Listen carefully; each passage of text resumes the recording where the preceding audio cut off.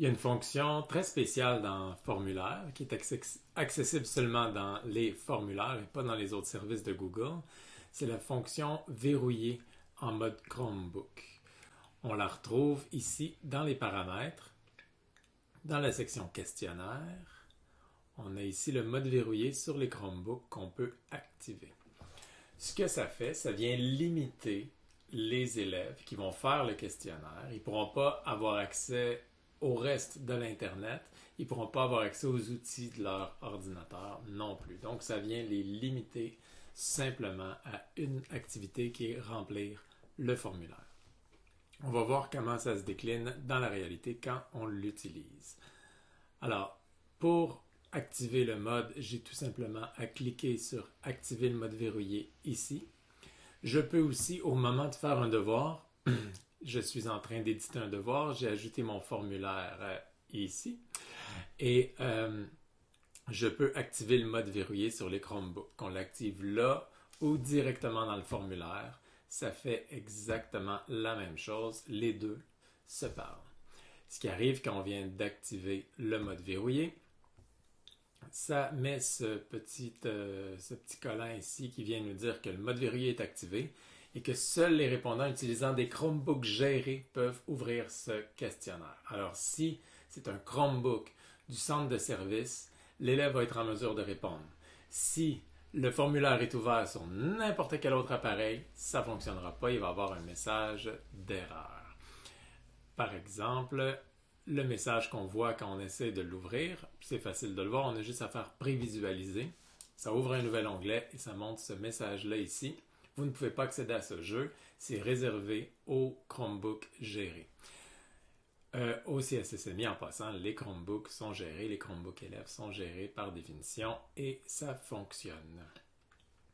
Alors, une fois que le mode Chromebook est activé, au fond, c'est un formulaire comme un autre avec des questions, un corrigé, tout ça. On l'envoie dans Classroom de la même manière. Il n'y a comme rien qui change. Tout ce qui change, c'est qu'on vient avoir un petit peu plus de contrôle sur ce que les élèves peuvent et ne peuvent pas faire pendant qu'ils passent le formulaire. C'est comme un mode examen un peu.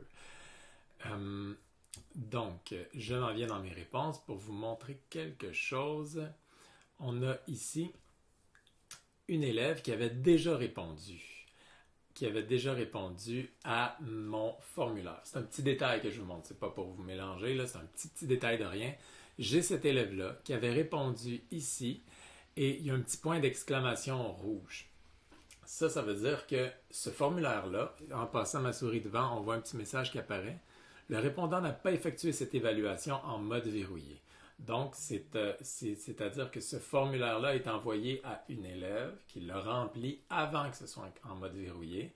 Donc, c'est écrit que cet élève-là, parmi les autres, tous les élèves qui vont l'avoir fait hors mode verrouillé vont avoir cette petite affaire-là, ce petit point d'exclamation-là qui va nous avertir que ça a été fait en dehors du mode verrouillé. Alors, ce que ça donne en mode verrouillé. J'ai ici mon élève qui rentre dans Classroom, voit son questionnaire à faire en mode verrouillé, clique sur le questionnaire et on voit que c'est écrit le nom du formulaire ici, le mode verrouillé est activé, donc ça avertit l'élève qu'une fois que le formulaire va être parti, il n'y aura plus accès à rien d'autre.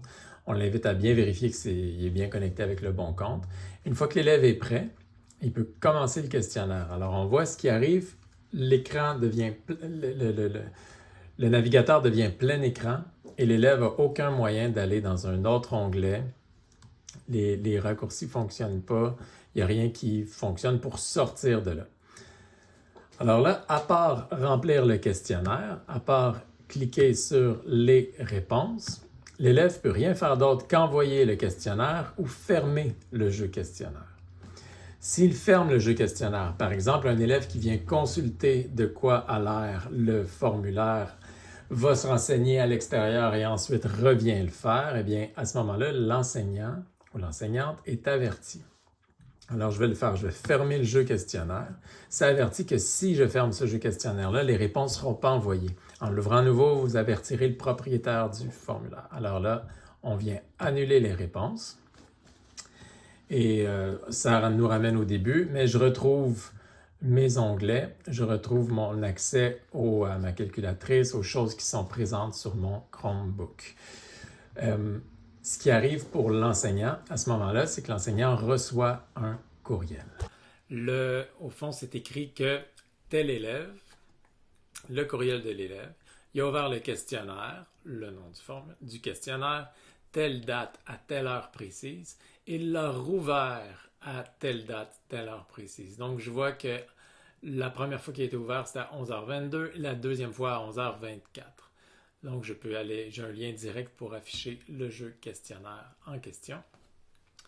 Et ça me donne une preuve, ça va faire ça à chaque élève qui n'a pas terminé, qui n'a pas cliqué tout simplement sur envoyer, mais qui a fermé le jeu questionnaire avant de l'avoir terminé, avant de le rouvrir. Alors, on n'est pas averti tant que l'élève ne retourne pas. C'est dès que l'élève retourne que le courriel part et on reçoit la date et l'heure précise à laquelle l'élève est revenu. Ça fait que si je reviens dans les réponses de mon formulaire, j'ai un deuxième point d'exclamation qui est ici.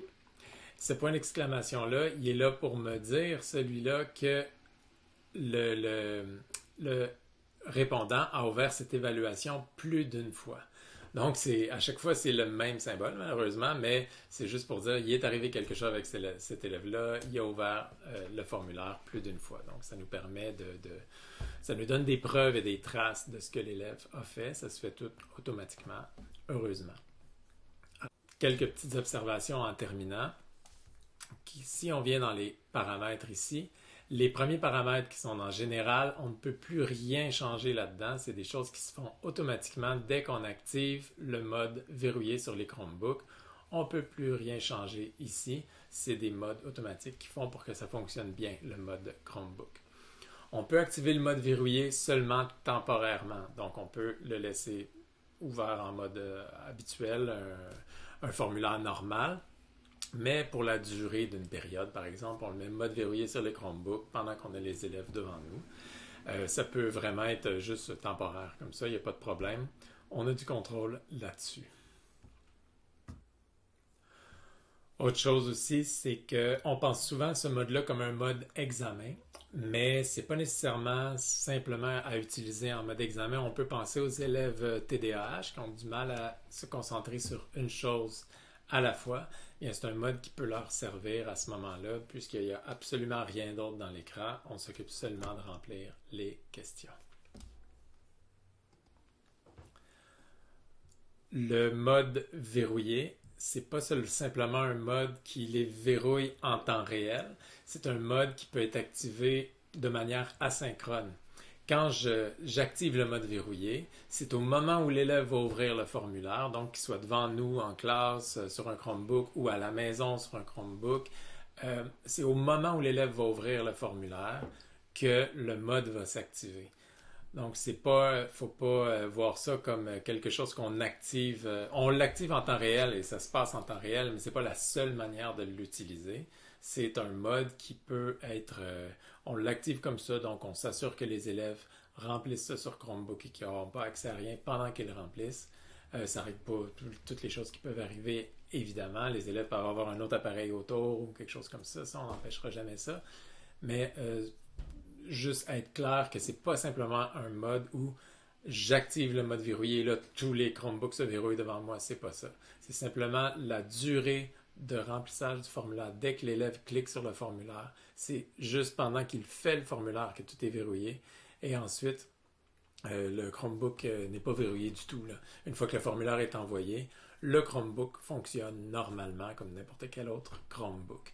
Donc, ce n'est pas un outil de gestion des Chromebooks en tant que tel. C'est simplement pour s'assurer que pendant que l'élève remplit le formulaire, il n'y a pas accès à rien d'autre.